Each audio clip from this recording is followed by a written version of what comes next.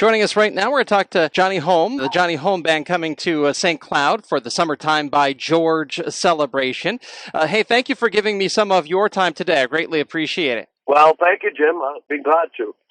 So many people in central Minnesota and all over the upper Midwest have seen you at one time or another. I think everybody is familiar with you. But talk a little bit about you. When did you form the band, the Johnny Holm Band? Well, I guess I started out at Moorhead State, and I started by myself just as a solo, and about 3 or 4 years later, I would say 1973, I started a band. The rest is history. You've been performing ever since. Tell me a little bit about your current band. Who's in your band? Do you have members of your family that perform with you now? Well, I do. I'm so fortunate. My daughter has been with me for quite a few years now. She started when she was 16, and that has been just awesome for me to have I have 5 girls, and to have one of them play with me has been just great. And I got a bunch of wonderful guys in the band. They're all mostly from Minnesota. One from Little Falls, one from Bemidji. So Minnesota born and raised, most of them. So tell me a little bit about how your band has changed or evolved over the years since you began that band back when you were at Moorhead State. How are things different now than back in the 70s and 80s? Well, I think the audiences are the same. People don't change that much. I've always kind of been a people guy.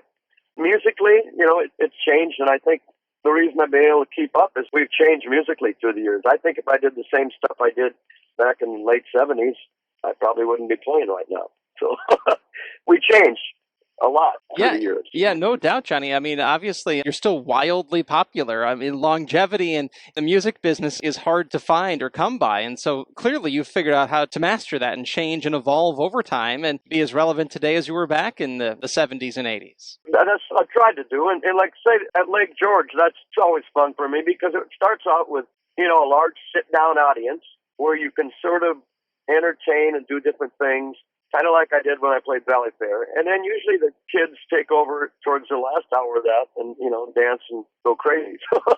It's a fun way to work it. Yeah, it is a different venue, I would imagine, for you. I know you do a lot of street dances, city celebrations, where there's people dancing and moving around, late night concert type of a setting. This is more of an early evening on the grass, more of a watch you perform sort of a thing. So a different vibe, I would imagine, for you. Yeah, it starts out with a real different vibe, and it usually ends up kind of like some of the street shows we do, or those kind of functions, or college shows.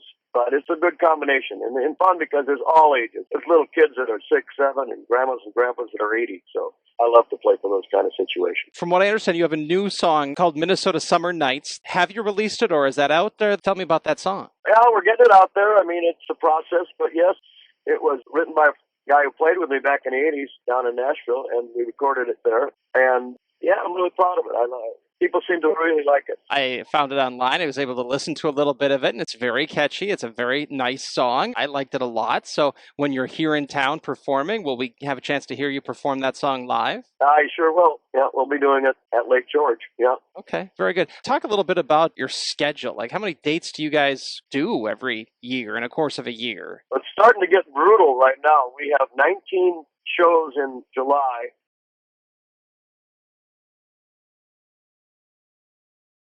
Practically Montana, so it's real busy this summer. I got to stay in shape, All right. You're clearly one of the fan favorites here at Summertime by George in St. Cloud. You get invited back to come and perform pretty much every year.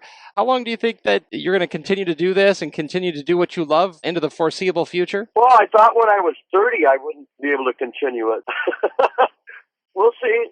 Things have really gone well the last few years, and, we're practically booked up next summer already, so Lord willing, I got quite a few more years in me. Yeah, I don't think you have any problem finding gigs or places to play. People seem to still love to hear you sing and play, and so that's fantastic.